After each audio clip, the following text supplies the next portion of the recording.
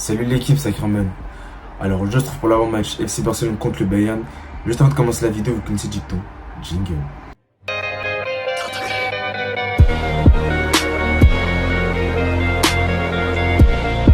Más precioso del fútbol es tener el balón.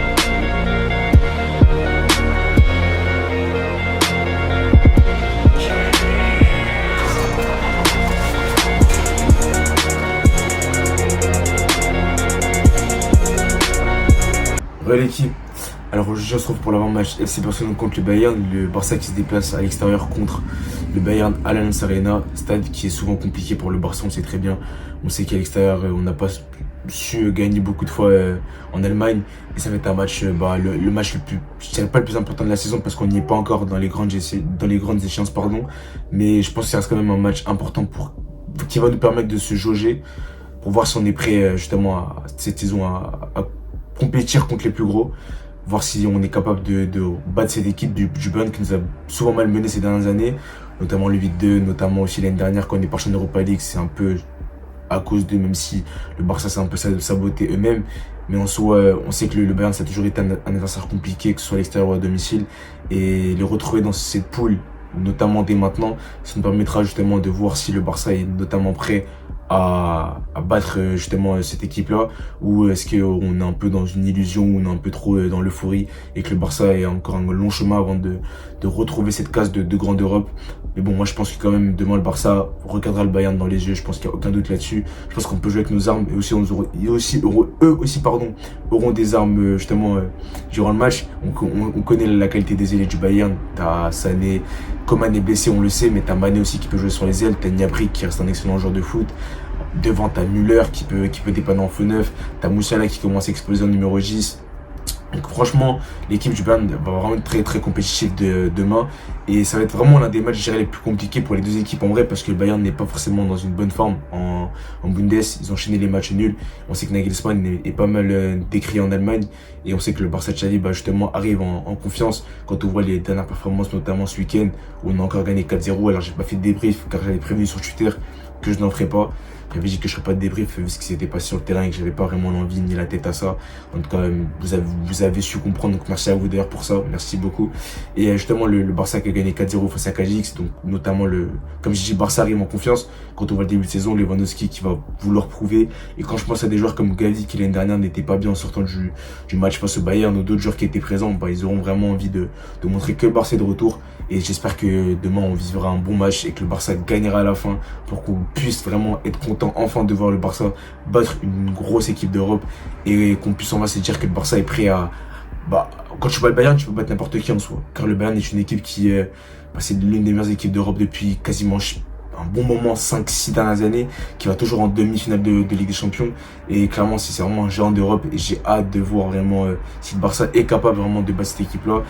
Si on les bat, faudra pas non plus se dire on va gagner les champions, car en soi c'est pas non plus fait, il y a encore un long chemin, mais ça nous permettra de nous dire que même si on tombe contre un City ou un PSG dans une autre mesure, on pourra se dire ouais, on pourra compétir et les rivaliser et regarder dans les yeux. On n'est pas garanti de victoire, mais en tout cas moi ce que j'attends du Barça demain, c'est de voir un vrai visage, une équipe qui est combative et qui n'aura pas peur de l'équipe d'en face. Qu'on perde le match, ça peut arriver en soi. Le Barça n'est pas garanti de victoire, comme le Bayern n'est pas garanti de gagner des deux mains. Mais je veux voir un Barça qui, durant les dernières années, qui n'a pas forcément été un Barça avec un bon visage, un Barça qui était peut-être en fin de vie. Je veux voir un Barça justement qui est capable de sortir les crocs vraiment face aux gros, et de montrer que ouais, on est le Barça, et que peu importe qui sera en face de nous, on montrera nos forces, et qu'on pourra gagner le match ou faire un match nul, peu importe. Mais montrer un bon visage, vraiment c'est vraiment l'une des choses les plus primordiales. On peut perdre 2-1, c'est pas un problème. On peut perdre 1-0 sur des détails, 3-2 ou peu importe.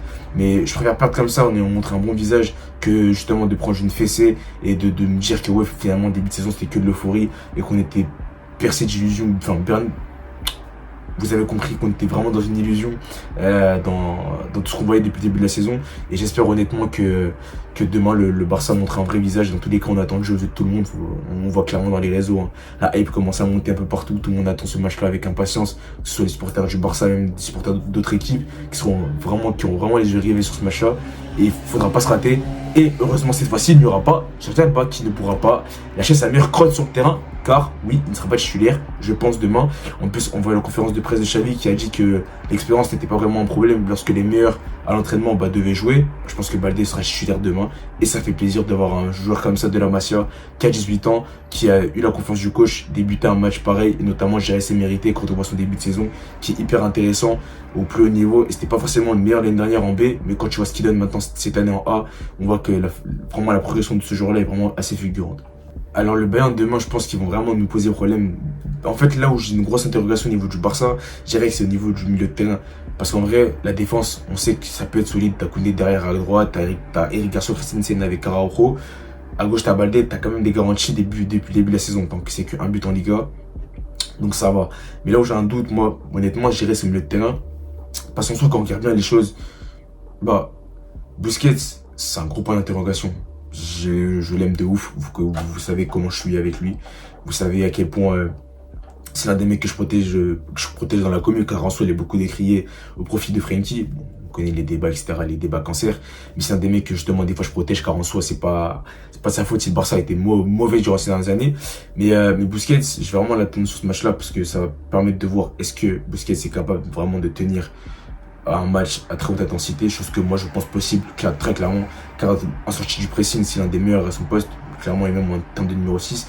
Et je pense que même avoir poussé sur un terrain comme ça, alors oui, il pourra peut-être se faire presser plusieurs fois, mais le fait que c'est un mec qui par la passe peut vraiment casser plusieurs lignes, et que lorsqu'avec le ballon, il tient le ballon, on connaît Busquets, mais lorsqu'il est vraiment, il est face à un pressing, il est capable techniquement de se sortir. Et une fois que Busquets s'en sort, ça permet d'avoir pas mal de décalage et de sortir vraiment d'un pressing vraiment constant, et d'éliminer toute une ligne, peut-être 4 milieux, 3 milieux, et de partir en contre-attaque juste derrière. Et moi, je pense notamment que Busquets, sur ce match-là, il peut beaucoup servir là-dessus, car on sait que face au Bayern, on n'aura pas peut-être 60% de possession, hein.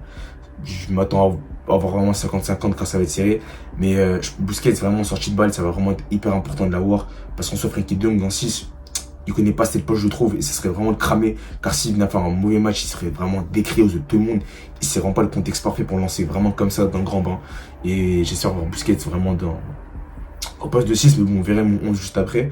Mais en tout cas, le milieu de terrain, là où j'ai des doutes pour revenir à ça, c'est vraiment est-ce que cette jeunesse, notamment Pedri et Gavi, vont les deux réussir à sortir leur épingle du jeu. Alors Pedri, j'ai pas de doute, parce que lui c'est un mec des grands rendez-vous, qu'on le veuille ou non.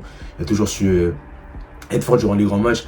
Mais là où moi j'ai un doute, c'est Gavi. Alors Gavi, le match, ce qui est assez paradoxal, c'est que j'ai un doute sur Gavi, sur peut-être est-ce qu'il va réussir à gérer la pression. Mais je sais que par contre ce match face au Bayern est typiquement fait pour lui, car Gavi c'est vraiment un mec qui dans le pressing est hyper important dans le système de Xavi. C'est un mec dans le premier pressing, il est là à y aller en premier, dans l'impact physique, même dans l'impact technique, en transition aussi il fait du mal. Et c'est quand je me dis que on va peut-être être notamment dans des phases où on va devoir faire des attaques rapides, comme on a fait notamment contre la Sociedad et contre Séville, je me dis avoir un Gavi, ça va peut-être être important à ce niveau-là, même si bon, tu peux dire de l'autre côté, t'as Frenkie qui peut t'aider en termes de stabilité à certains moments, et protéger des fois peut-être Busquets, mais je me dis, est-ce que l'association des trois, je sais que Pedri, Frenkie, Busquets, c'est peut-être notre meilleur milieu, mais sur ce match-là, je me dis, au vu de ce que le match demande, je me dis peut-être que Gavi, pour moi, après, c'est vraiment un débat assez compliqué. Je sais qu'il y a des personnes qui pensent que Gavi serait mieux, d'autres Frenkie, donc c'est assez complexe. Mais moi, je pense que notamment pour moi, je dirais que Gavi, ce match est fait pour lui, pour notamment plein de choses, pour l'intensité, pour le pressing, pour la passe, pour le jeu en transition. Il est vraiment un match fait pour lui, je pense. Et je pense que, je vais un peu spoiler le terrain de mon 11, mais moi, je partirais avec Busquets, Pedri, Gavi. Et justement, du coup, ça va nous permettre d'embrayer sur le 11 idéal.